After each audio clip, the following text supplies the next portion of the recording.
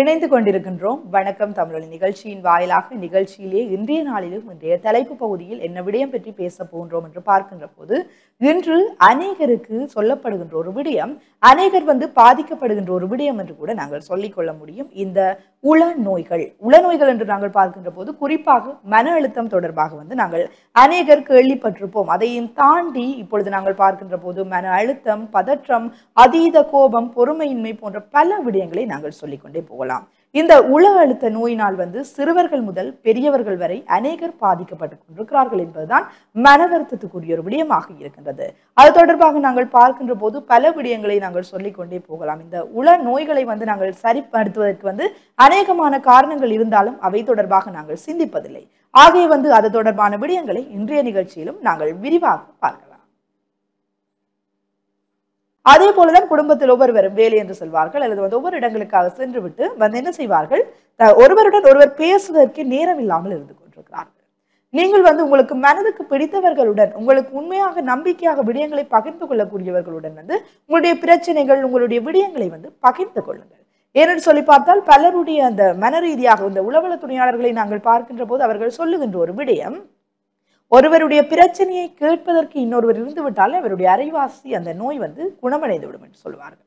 ஏனென்று சொன்னால் யாரிடம் சொல்வது, எதை சொல்வது என்று சொல்லி அவர்கள் மனதில் போட்டு குழப்பி அவர்களுக்கு இந்த அழுத்த நிலை அதிகரித்து விடுகின்றது.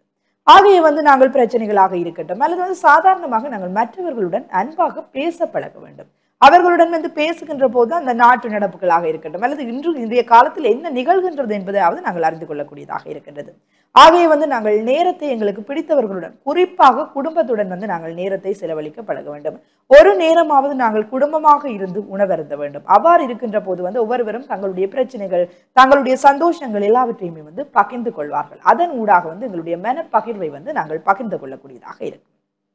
அது மாத்திரமல்லாமல் நாங்கள் இயற்கையை ரசிக்க பழக வேண்டும். பல விடயங்களில் நாங்கள் எடுத்து பார்க்கின்ற போது இந்த இயற்கையை ரசிப்பது என்பது இன்றைய நாட்களில் எல்லோருமே இந்த தொலைபேசியில் பார்க்கின்ற ஒரு விடயமாக மாறிவிட்டது. ஒரு இயற்கை, ஒரு மழை விட்டால் என்று நாங்கள் பார்க்கக்கூடிய ஒரு விடயம் இந்த சோசியல் மீடியாக்கள் அது தொடர்பான அந்த வீடியோஸை போடுவாங்க அல்லது அது தொடர்பாக பகிர்ந்து கொண்டிருப்பார்கள். ஆனால் நேரே எத்தனை பேர் இந்த மழையை ரசிக்கின்றார்கள், எத்தனை பேர் இயற்கையை ரசிக்கின்றார்கள் என்று சொல்லி பார்க்கின்ற போது வினாக்குறியான ஒரு விடயமாகவே இருக்கின்றது. இயற்கையுடன் ஒன்றிணைந்து வாழ பழக வேண்டும், இயற்கையை ரசிக்க வேண்டும். எங்களுடைய மனதிற்கு நாங்கள் நெருக்கடிகளை சந்திக்கின்ற வேளைகளில் இந்த இயற்கையை ரசிப்பது, அது மாத்திரமல்லாமல் எங்களுக்கு பிடித்தவர்களுடன் பயணம் செல்வது எல்லாம் எங்களுடைய மன பாரத்தை குறைத்து விடும் என்று சொல்லிக் கொள்வார்கள். அது மாத்திரமில்லாமல் நாங்கள் பல விடயங்களை பார்க்கக்கூடியதாக இருக்கின்றது. ஒருவர் சொல்வதை நாங்கள் கேட்கவாவது முயற்சிக்க வேண்டும். எங்களால் ஒரு விடயத்தை செய்ய முடியாவிட்டாலும், அவர்களுடைய பிரச்சனைக்கு தீர்வுகளை கொடுக்க முடியாவிட்டாலும் கூட ஒருவர் சொல்வதை நாங்கள் ஆழமாக கேட்கின்ற போது நிச்சயமாக அவர்களுக்கு நாங்கள் செய்கின்ற மிகப்பெரிய உதவியாக அது இருக்கக்கூடியதாக இருக்கும். இவ்வாறாக நாங்கள் பார்க்கின்ற போது சிறுவர்கள் முதல் பெரியவர்கள் வரை அநேகர் இந்த அழுத்த நோய், மன அழுத்த நோய்க்கு உட்படுத்தப்பட்டு கொண்டிருக்கிறார்கள். உண்மையிலேயே இந்த இசை சிகிச்சை, நடன சிகிச்சை எல்லாம் நாங்கள் கேள்விப்பட்டிருப்போம். நாங்கள் உள நோயினால் பாதிக்கப்படுகின்ற போது இசை சிகிச்சை வழங்கப்படுகின்றது. எங்களுடைய மனநிலைக்கு ஏற்றாற்போல் பாடல்கள், அது மாத்திரமல்லாமல் இந்த நடனம் ஆடுவதெல்லாம் மனதிற்கு ஒரு மனதை தளர்வடைய வைக்கக்கூடிய ஒரு செயற்பாடாக இருக்கின்றது. ஆகவே இவற்றை சாதாரணமாக நாங்கள் செய்து கொள்ள முடியும். எங்களுக்கு சாதாரணமாக ஒரு மனக்குழப்பம் ஏற்படலாம் அல்லது சாதாரணமாக ஒரு விடயங்கள் நாங்கள் ஒரே என்னன்னு சொல்றது, பதற்றம் ஏற்படலாம், பதகளிப்பு ஏற்படலாம். இவ்வாறான சூழ்நிலைகளிலே நாங்கள் என்ன செய்ய வேண்டும் என்று சொன்னால் எங்களுடைய மனதுக்கு பிடித்த பாடல்களை கேட்கலாம், இயற்கையை ரசிக்கலாம், எங்களுக்கு பிடித்த இடங்களுக்கு பயணம் செய்யலாம். இவ்வாறு பல விடயங்களை நாங்கள் சொல்லிக்கொண்டே செல்லலாம். அதையும் தாண்டி நாங்கள் பார்க்கின்ற போது இன்றைய நாட்களில் இந்த யோகா பயிற்சி நிலையங்கள், உடற்பயிற்சி நிலையங்கள் புதிதாக ஆரம்பிக்கப்பட்டு கொண்டே இருக்கின்றன. இவற்றை நாங்கள் பார்க்கின்ற போது இந்த யோகா என்று நாங்கள் பார்க்கின்ற போது அது உடலுக்கு அவ்வளவு ஆரோக்கியத்தை தரக்கூடியதாக இருக்கின்றது. தியானம், நாங்கள் ஒரு பிரச்சனையில் இருக்கின்றோம் என்று சொன்னால் பெருமூச்சு எடுத்து நாங்கள் விடுகின்ற போதே அது எங்களுடைய மனதுக்கு ஒரு ரிலாக்ஸை தரக்கூடியதாக இருக்கின்றது. நாங்கள் நினைக்கலாம் தியானம் என்று சொன்னால் அது ஒரு பெரிய பகுதி, அதற்குள் நாங்கள் சென்று விட்டால் நாங்கள் அடுத்த வேலைகளை பார்க்க முடியாது என்று சொல்லி, அதே போலதான் இந்த யோகா தியானம் என்று சொன்னாலே சிலர் பயப்படுகின்ற ஒரு விடயம் கூட இருக்கின்றது. நாங்கள் அதனை பார்த்தோம் என்று சொன்னால் ஒரு குறிப்பிட்ட நேரம் தான், நாங்கள் ஒரு நித்திரையிலிருந்து எழும்பி விட்டோம் என்று சொன்னால் ஒரு குறிப்பிட்ட நேரம் எங்களுடைய மனதை ரிலாக்ஸ் பண்ணுகின்ற ஒரு செயற்பாடாகத்தான் அது இருக்கின்றது. நாங்கள் பார்க்கின்ற போது இந்த பிரச்சனைகள் வருகின்ற போது நாங்கள் சாதாரணமாக எங்களுடைய மூச்சை எடுத்து நாங்கள், அதாவது இந்த நாங்கள் சொல்லிக்கொள்வோம், இந்த தியானத்தில் நாங்கள் அதிகமாக பார்க்கக்கூடிய ஒரு விடயம், இந்த குளிர்மையான காற்றை உள்ளெடுத்து சூடான காற்றை வெளிவிட வேண்டும் என்று சொல்லி ஆரம்ப கட்டத்தில் வந்து சரியாகவே சொல்லி தந்து கொண்டிருப்பார்கள். இவ்வாறான செயற்பாடுகள் எங்களுடைய உடலுக்கும் ஆரோக்கியம் தரக்கூடியதாக இருக்கும், உள்ளத்துக்கும் ஆரோக்கியம் தரக்கூடியதாக இருக்கும். இவ்வாறு நாங்கள் எடுத்து பார்க்கின்ற போது சிறுவர்கள் முதல் பெரியவர்கள் வரை அநேகர் வந்து செயற்படுத்திக் கொள்ள வேண்டிய ஒரு விடயமாக இருப்பது உங்களுடைய நேரத்தை சரியாக பயன்படுத்திக் கொள்ளுங்கள். அது மாத்திரமல்லாமல் உங்களுடைய உறவினர்களுடன் பேசுங்கள்.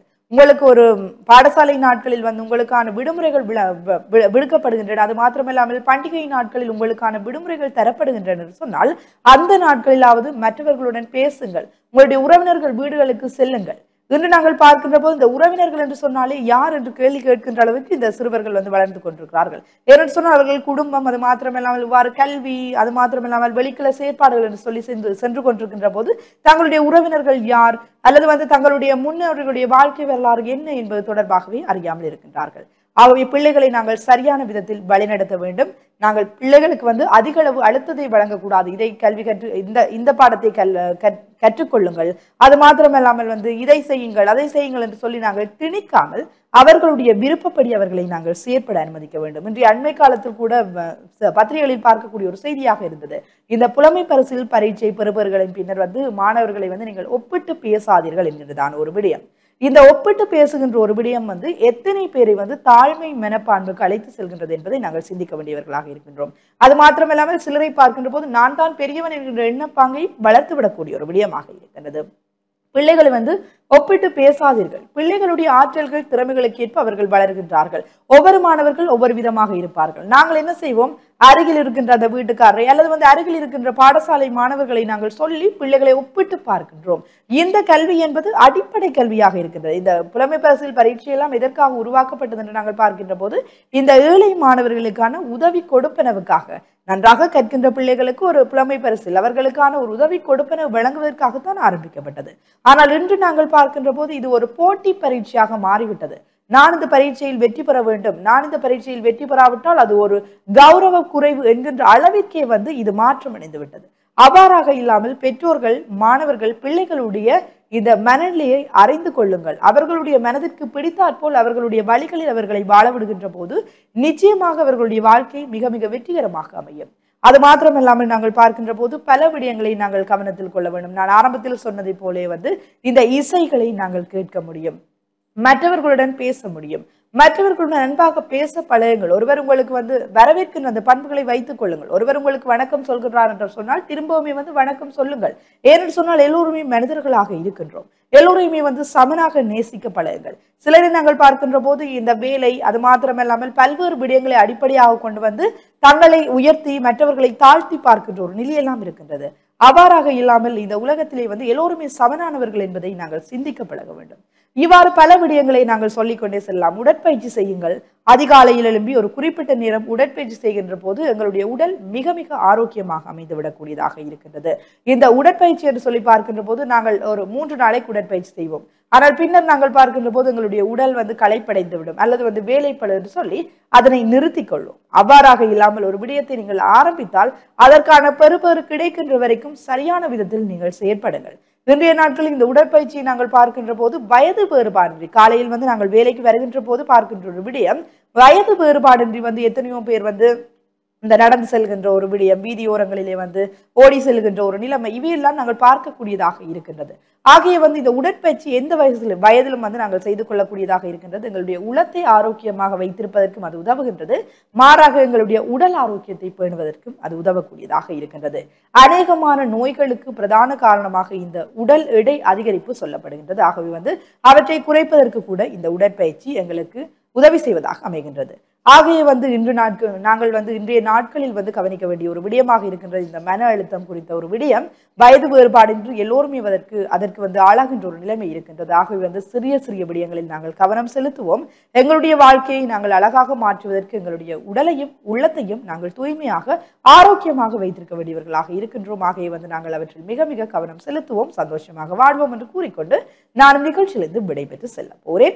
இன்றைய நிகழ்ச்சியை பார்த்து கொண்டிருந்த நேயர்கள், சொந்தங்கள் அத்தனை பேருக்கும் நன்றிகளையும் வாழ்த்துக்களையும் தெரிவித்துக் கொண்டு எனக்கு தொழில்நுட்ப உதவி வழங்கிய தொழில்நுட்பவியலாளருக்கும் நன்றியை தெரிவித்துக் கொண்டு மற்றும் ஒரு நிகழ்ச்சியில் உங்களை சந்திக்கும் வரை நிகழ்ச்சியிலிருந்து விடைபெற்று செல்லும் நான் கலினிஸ்ட் அஜயகுமார். நன்றி நேயர்களே.